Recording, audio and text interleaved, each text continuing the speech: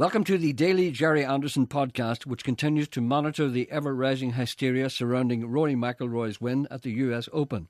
As always, the presenter and interrupters go down the road less travelled and ask questions that no one else would even think of.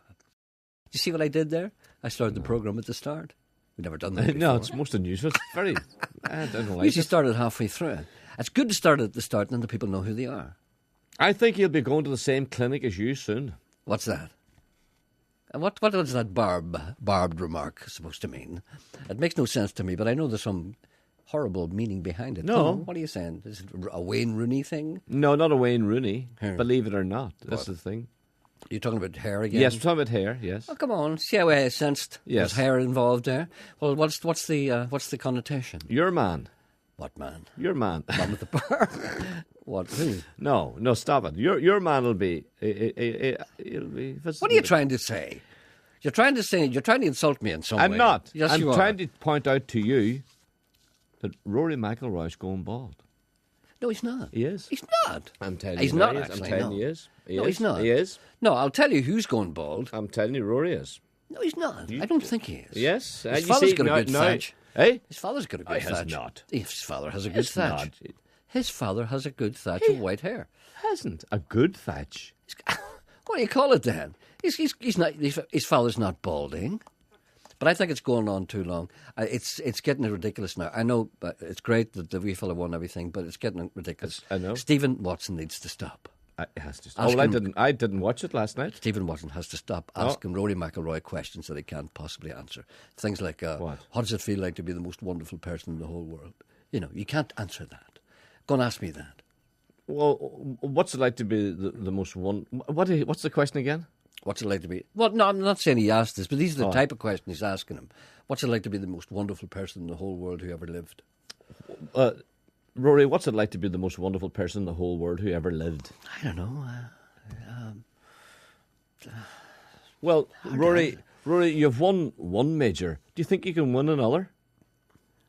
It's hard to answer that. I think I could, all right. Yeah. But I'm more interested in your earlier question. What's it like to be the most wonderful person in the whole world who ever lived? I can't answer that. No, but you see, the second question, you missed the whole point there. The second question was a legitimate question. The second question, do you think you can win another? That's a fine question. No, but it's either yes or no. He can answer that. No, it's either yes or no. I know, but he can answer that. It's a yes or... Yeah. Yeah, of course. I think I can. Yeah, I think or we say, oh, right. I think I've got Rory McIlroy says no. No, I think I've got it. You think not? Why not? Well, I've reached this far. And, I don't know. Well, this is all I ever wanted. And, do you know that I have a Rory McIlroy story? Have you? Well, tell me about it. Oh, I can't. Go on. No. Do you know why everyone that you meet now will tell you, oh, I played him, or I did this, or I met him, Jerry Kelly was on Channel 4 News last night. I have a Rory McIlroy story. And only Rory, well, very few people will know of it. Go on, tell me. But Rory knows about it. Well, but he doesn't know I was there. He doesn't know I was involved. Well, why didn't you tell us what it was? No, I can't. I can't. Of course you can. No, Rory's father was there. Uh-huh. Is it something that you're ashamed to say? Oh, I'm not ashamed. I was blame-free? Yes, and I was... Is there something unsavoury about the story? All I'll tell you this, whenever Rory comes back, and his daddy comes back from America... Yes. All you have to say to Rory is, City of Derry Golf Club. All right. What happened concerning the golf legend is unclear. The presenter is like a terrier in his unyielding search for truth. However, something about Rory's success leads the presenter to ponder the reasons why he himself has never been really popular. I was the guy... Who did it? No, I was the guy that was, what? Doing something else. And you were the guy that was doing something else. But I can't tell you what it is. Go on. No, I can't. Don't tease the people like that. I might keep it for Stephen Watson. Radios are bringing quality first. Stephen Watson needs new questions, and I might get Stephen to interview me. So you understand? It is new material. All right. So I'll keep it for Stephen. No way you're keeping your Elvis story. Yeah, I was going to keep it for Ryan Tubridy then. Well, I'm keeping my Rory McIlroy Rubicon story. I'm keeping my Elvis Presley story for the first person who comes on TV who I think is good. Well, I'm keeping my Rory for Stephen.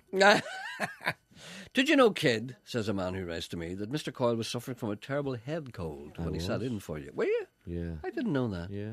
He told a female caller that he felt like his head was in a bucket. Did Yeah. you say that? Yeah. It would take some bucket to hold that head. Give a lot of Purple Heart and parking space for his old black rally bicycle. But the boy did good, unlike your good self. He says you came across as needy. I shouldn't. Craving the love and affection of the listeners. Were you doing it? You're doing your Jerry Kelly, weren't you? I was. You were. I was. You tend to be really nice. Oh, good morning, everyone. I was. Let's see. Well, how could I do that? You see, I know how. Listen to you coughing. Is that part of your? Oh dear, dear. Many of our childhood lives were blighted by want, scurvy, lack of opportunity, parental supervision, or lack of interest from the educational authorities. In spite of suffering from all 5 of the aforementioned, Interruptus and the presenter have survived unembittered and in a position to discuss it. Tell me this. Yes. Did you ever visit a forest? I wasn't expecting you to say that. No. I have visited a forest, yes. Have you? And was made welcome by the trees. I know, but what? And indeed you? was entertained by the bushes. Did you ever set off for a day? And deliberately say to myself, I'm going to visit a forest today. Let's take the kids to the forest. No, I've never done that. Neither have I. Never done that. See, normal people do that kind of thing. I've never been. Garden centre Protestants What do you that. do? What do you do? You go in the forest and you say to the kids, look at that tree, there's a fir. And the child says, what's that fir? And he goes, ha ha ha ha ha. Well, what do you do when you go to a forest? You see, we were reared not properly. Do you understand what I'm saying? We didn't have normal lives. Now, we've never talked about this before. I used to walk to what we called a forest, but it wasn't a forest. It was just a big clump of trees. Yeah, but see, we were deprived. It was our jungle. Nobody told us anything, and nobody brought us anywhere. Do you know, you see now, children go on nature trails. But what do you do when you go to a forest? Do you bring a picnic basket with you? We were left to our own devices. I know. We were made to make our own fun. We got out mattresses and made slingshots out of them. All the children were being brought to Paris and brought on nature trails and explained. They said, oh, that tree is a fir tree, that's a pine tree. It sheds its nuts. We were never told anything like that. We were hanging around the streets smoking.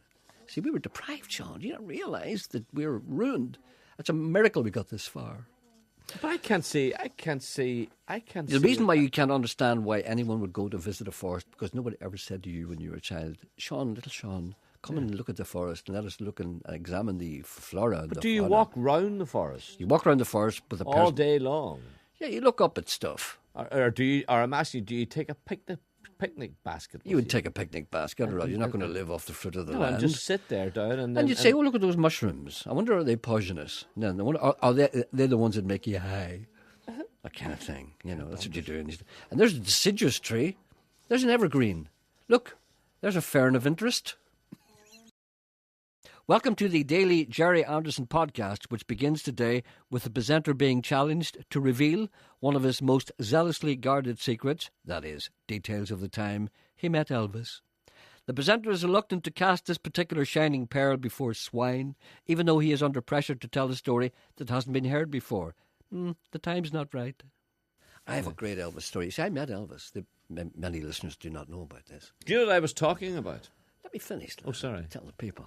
I've no pen. Have you not? I feel semi-naked. Well, I thank God you don't look semi-naked. I don't want to see that. I have met Elvis at the peak of his career. Not at the peak. I think when he was just on his way down, around about, I think, 73, I think it was, when I met him.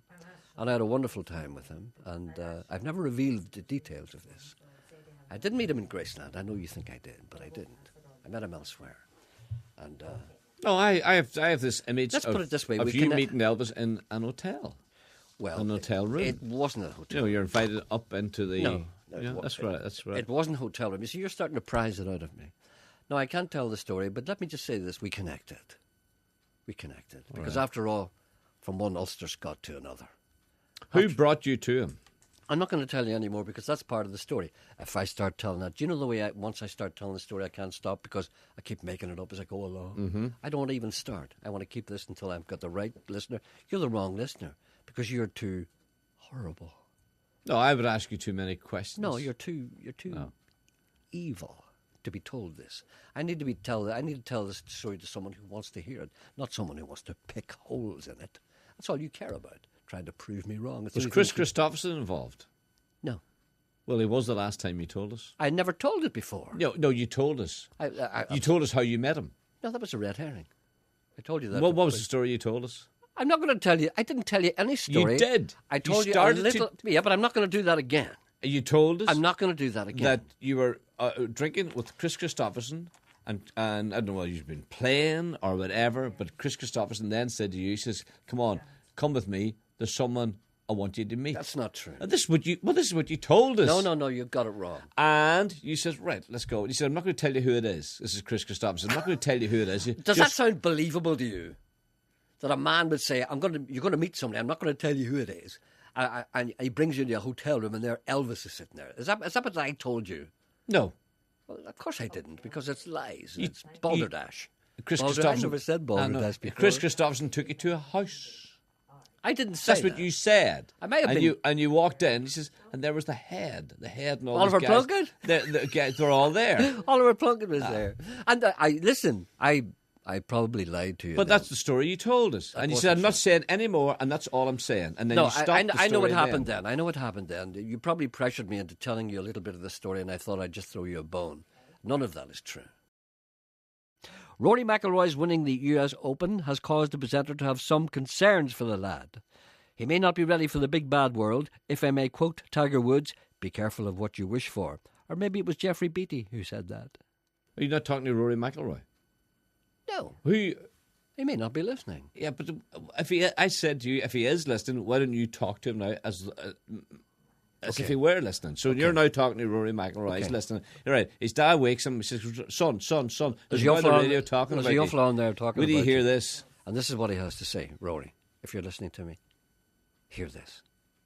It is said that you turned down an invitation to go on the David Letterman show, but you accepted an invitation to go on TV with Ant and Dec. He did not. Yes, he did. He did not. It's a photograph in the paper of him. Yesterday, he spent the day yesterday. I'm sorry for interrupting you, Rory. But what? He spent the day yesterday filming with Ant and Dec. I don't believe you. It's in the paper and look at the photograph. I know what I'm saying. Don't you hear what I'm saying? And he turned down the opportunity to go on with the best TV program in the world, David Letterman. He said no to David Letterman and said yes to Ant and Dec. I need to talk to him. You do. I need to talk to that young lad. You really do need to talk to him. And another thing, some people are upset, not upset at Rory's win, but upset that, perhaps it's, having the opposite effect. Now, have a listen to this.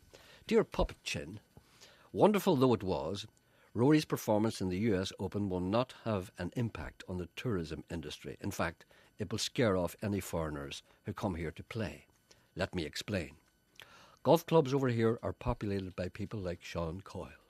And people who join golf clubs don't really want any new people to join the club because it's not exclusive enough. Golf club committees are composed of people who should have been tax inspectors or traffic wardens, so they make it as awkward as possible for someone who wants to just turn up and play 18 holes. They make you book a tee time in advance. They ask you for your handicap certificate. They make you change your trousers. Then when you finally manage to get your trousers on, get your handicap certificate and get playing, you'll find signs up all over the clubhouse saying, members only bar, members only showers, members only toilet, non-members bugger off. But don't forget to pay your 40 quid green freeze. I love golf, but I hate golf people. Same as rugby. There's a man after my own heart. But life goes on, and the Antiques Roadshow goes on forever. It's coming to Ireland to look for things decrepit, even though valuable. The Antiques Roadshow is coming to Enniskillen, I do believe, next week, and apparently people are a little reluctant to bring forward their bits and pieces. I'll be talking to someone and explaining to you how you can bring your bits and pieces and what you have to do. And what do you call your one with the big nose? Kate Bruce? What's her name? Fiona Bruce. She'll be there. I hope you're not talking to her tomorrow after that remark. I'm not talking to her tomorrow. No, I'm talking to someone else who's involved in the programme. And we were trying to get people to bring on... I love that programme. So do I. People bring on their ornaments, and their bits and pieces that they have. You might have a Ming vase. And also... There's a joke there. Yes, Janet says you're very hateful today. I know I am hateful today. I know, aren't I? Particularly. I think aren't I particularly hateful today? Yes, you are very, very hateful today. You really I'm getting your back up. I'm really annoying you today. You are annoying me today. You just want to thump me, don't you? I would love to hit you a good kick in the... I would. I'd love to boot you. The big Stever. I want good root. Big root. Some of us are late developers, but this is ridiculous. 40 years too late, Coilis Interruptus tells me about a movie that he saw just last night. I watched The Godfather, Part 1. Yes. Last night. I didn't see it all. I started to watch it at 11 o'clock. Came on 11 o'clock, much too late. Wasn't over until 2:30. Had you seen it before? Yes, and this is what I want to talk to you about. Yes. Right? And when I watched it, it was a time when, do you remember, you were queuing up? There was queues outside picture houses to see it. Mm-hmm. Right? And when I went to see it, this packed theatre, and I didn't like it. Well, there's no reason to be annoyed at that Yeah, because but you're your own man. No, I didn't like it at all. And I said, what's all this fuss about? You didn't like the movie after you saw it? Yeah. Or you didn't like the sight of the queue? No, not the queue. I didn't like when I was sitting there and I was watching it, and this is awful. I have another 2 hours of this to go. You know. Well, it is a bit slow. Right? Yeah. But this is what I want to ask you. This is what I want to talk to you about. Yes. Last night when I watched it, I was sitting in the comfort of my own home, on my own, and I could hear it. Yes. Now, you have a problem with hearing. I don't have a real problem No, with but hearing. with bands, the loudness. My hearing has been... My left ear is slightly impaired. Yes. I know that. But I haven't got great hearing either. So What? What? So I'm wondering, I'm sitting watching this film last night, and I'm saying, this is great. Mm-hmm. What a great film. Yeah. Why is it on so late? And I know I won't see it now. No way I'm going to sit up to 2:30 to watch this. But this is a very interesting film that needs your attention. And I'm thinking, was it my hearing, my bad hearing? Because all I could hear was guys beside you coughing and eating crisps and rattling bags and making noise. And the guy wanting out the toilet, walking past you to get out the toilet. Pulling girls' hair. Back in again, and people coughing, and and you couldn't hear, especially Marlon Brando, as you know the role. You had to listen to every word he said. Yeah, all that. And as you know, the first hour, the story's just all unfolding. Story unfolds. Yeah, And you've got to listen to the names. You've got to hear, when he's sending him off to this, and he's sending people off to do contracts and make them an offers they can't refuse. I couldn't hear. I realise now that I couldn't hear the film. A lot to do too with the cinema in which you saw the film. You see? I had an experience with So this. I'd like to apologise to Marlon Brando. Too late now, he's dead. But he went to his grave wondering why you never did that. That's what I'm thinking. One of the things that you have to be aware of is the quality of the sound in some of the cinemas. Of course, us being underprivileged here in the Northwest. Can I just add this? You recommended another film, and I went to see it, and I didn't like it. That Captain Sensible or something, or Captain in the Islands, or Captain in I think you're referring to Master and Commander. That's it. That's and not Captain Sensible. Well, it was, I knew it was seafaring in some way. Well, Captain Sensible isn't a seafarer. No, the captain bit. And there was no captain in it. It's Master and Commander. Well, you know what I mean. It was a seafaring film. Patrick O'Brien yarn. Right. Okay. And maybe I didn't hear it. I know. Because remember, I was complaining about the man 2 seats in front of me eating a large packet of crisps. And I was wondering how many bloody crisps has he got in that bag. When's he going to finish? But you didn't say, Ruddy. No, I didn't, exactly. Thank you for listening.